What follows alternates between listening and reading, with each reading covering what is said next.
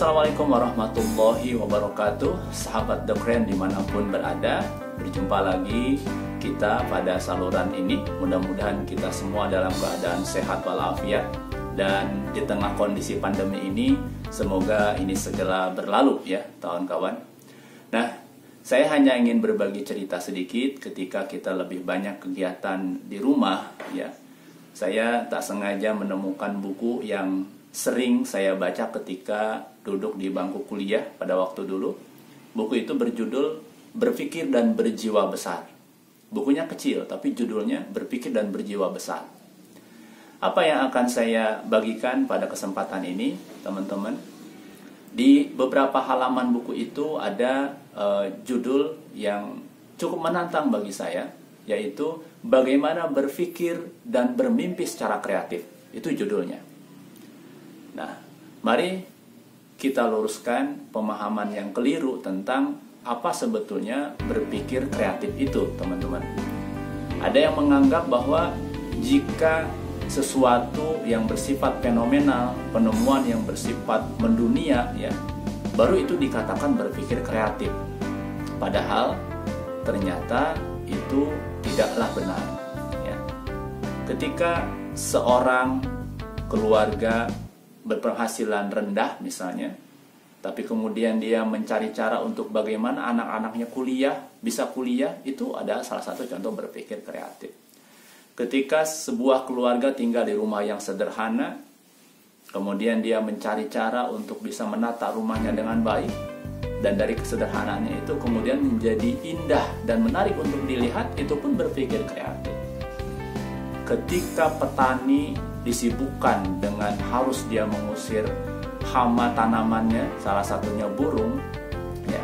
Kemudian dia membuat dan merancang seperti orang-orang sawah, ya, dan sebagainya. Itu berpikir kreatif. Nah, lantas apa sebetulnya definisi dari berpikir kreatif ini? Mari kita samakan persepsi, teman-teman. Jadi berpikir kreatif itu adalah bagaimana menemukan cara-cara baru yang lebih baik untuk kita melakukan sesuatu. Jadi tidak terbatas pada itu harus sesuatu yang bersifat wah gitu, tidak. Ya. Jadi berpikir kreatif itu bagaimana cara kita menemukan hal-hal baru yang lebih baik dalam melakukan sesuatu. Misalnya teman-teman mungkin selama ini mengalami kesulitan ketika belajar sains misalnya, seperti itu. Kemudian teman-teman mencari informasi-informasi entah dari guru atau dari buku atau dari teman, ya kan, bagaimana sih sebetulnya belajar sains yang asik dan menyenangkan itu. Akhirnya teman-teman menemukan tuh pola belajar yang ternyata ini lebih cocok untuk saya. Nah, itu salah satu contoh berpikir kreatif ya. Nah, apalagi di era saat ini, teman-teman, dunia itu membutuhkan orang-orang yang kreatif ya. Oke. Nah, lantas apa yang dikatakan dalam buku itu untuk kita bisa menguatkan agar kita bisa berpikir dan bermimpi secara kreatif? Yang pertama, ya, yang harus pertama kali dilakukan agar seseorang itu bisa kreatif adalah memiliki keyakinan bahwa kita bisa melakukan sesuatu. Memiliki keyakinan diri itu merupakan satu prinsip ya, satu prinsip utama. Jadi ketika kita yakin akan sesuatu hal bisa kita lakukan, maka secara teori katanya itu bisa mendorong pikiran kita untuk mencari cara. Keyakinan akan menumbuhkan sikap kreatif, dan ketidakyakinan atau ketidakpercayaan akan menjadi penghambat atau rem bagi seseorang untuk berpikir kreatif. Maka dahulukanlah percaya, dan insya Allah pikiran Anda akan mencari cara konstruktif untuk bisa mewujudkannya. Ada satu dalam petikan buku itu yang mengatakan pikiran Anda akan memberikan jalan ketika Anda mengizinkannya. Seperti itu. Nah, saya masih ingat suatu ketika saya masa-masa kuliah waktu itu, ada satu kegiatan yang harus dilakukan oleh Badan Eksekutif Mahasiswa, di mana saya ada di dalamnya. Pada waktu itu kegiatannya sangat besar. Kita mengundang orang-orang besar pada lingkup kampus, tapi tingkat nasional seperti itu. Dan kita membutuhkan biaya yang tidak sedikit. Sementara waktu terus berjalan. Ya. Nah, pada sesi-sesi tersebut kita sebagai panitia sudah merasa pesimis, sudah tidak yakin. Aduh, sepertinya tidak akan tercapai nih target. Aduh, sepertinya akan gagal nih. Tapi kemudian sang ketua panitia yang merangkap sebagai ketua Badan Eksekutif Mahasiswa pada waktu itu terus memotivasi dan menanamkan kepercayaan kepada para panitia dan anggota yang lain bahwa kita bisa. Ya, kita jangan mencari alasan-alasan untuk bagaimana kita tidak bisa melakukan ini, tapi carilah 1000 alasan agar kita bisa melakukan kegiatan ini dengan baik. Akhirnya kita semua dipaksa untuk berpikir keras, ya, dengan didasari pada keyakinan, berpikir keras bagaimana cara untuk memperoleh biaya yang sedemikian besar, dan akhirnya ternyata keajaiban terjadi dan itu terwujud. Kegiatan yang begitu besar tingkat nasional bisa diselenggarakan oleh mahasiswa, oleh kita sebagai panitia. Itu berasal dari mana? Berasal dari keyakinan yang sedemikian besar, ya. Nah, akhirnya saya masih ingat betul dan saya masih berkomunikasi hingga saat ini. Sang ketua BEM ini saat ini sudah menjadi pengusaha yang super sukses. Karena dia selalu menanamkan keyakinan bisa melakukan sesuatu hal yang menurut orang lain itu impossible.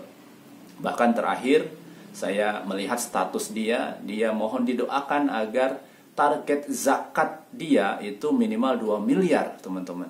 Bayangkan, zakat yang hanya 2% itu targetnya 2 miliar. Berapa pendapatannya? Ya. Nah, jadi seperti itu. Yang pertama yaitu dahulukan keyakinan dalam diri kita. Maka ketika kita sudah yakin, ya, pikiran kita akan memberikan jalan untuk bisa melakukan. Yang kedua, karena kita sudah agar kita bisa berpikir dan bermimpi secara kreatif itu, yaitu hapus kosakata tidak mungkin atau impossible, baik dari perkataan kita maupun dalam pikiran kita. Pokoknya buang deh dari kamus kehidupan kita kata-kata tidak mungkin.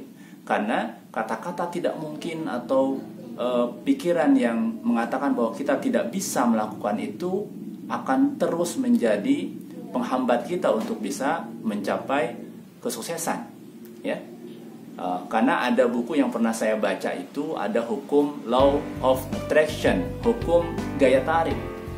Ketika pikiran kita, ya, kemudian perkataan kita mengulang-ulang, ini nggak mungkin, mana mungkin saya bisa diterima di perguruan tinggi negeri, ya, mana mungkin saya bisa masuk fakultas kedokteran misalnya, mana mungkin saya bisa menjadi pengusaha sukses.